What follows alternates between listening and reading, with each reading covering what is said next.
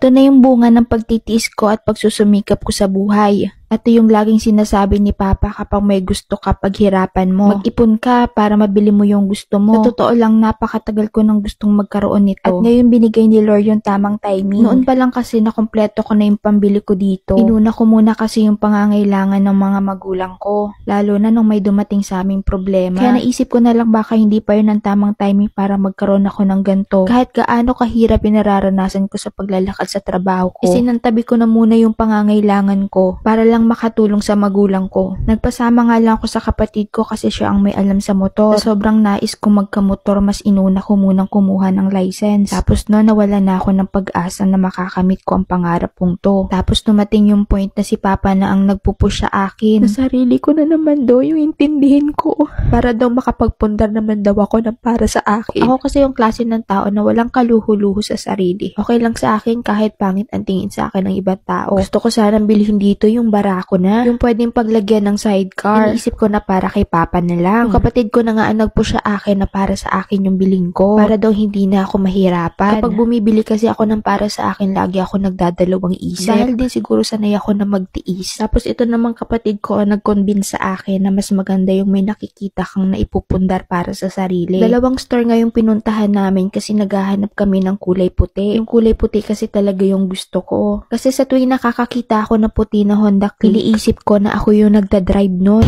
Palpal ka boy. Paprino ka muna.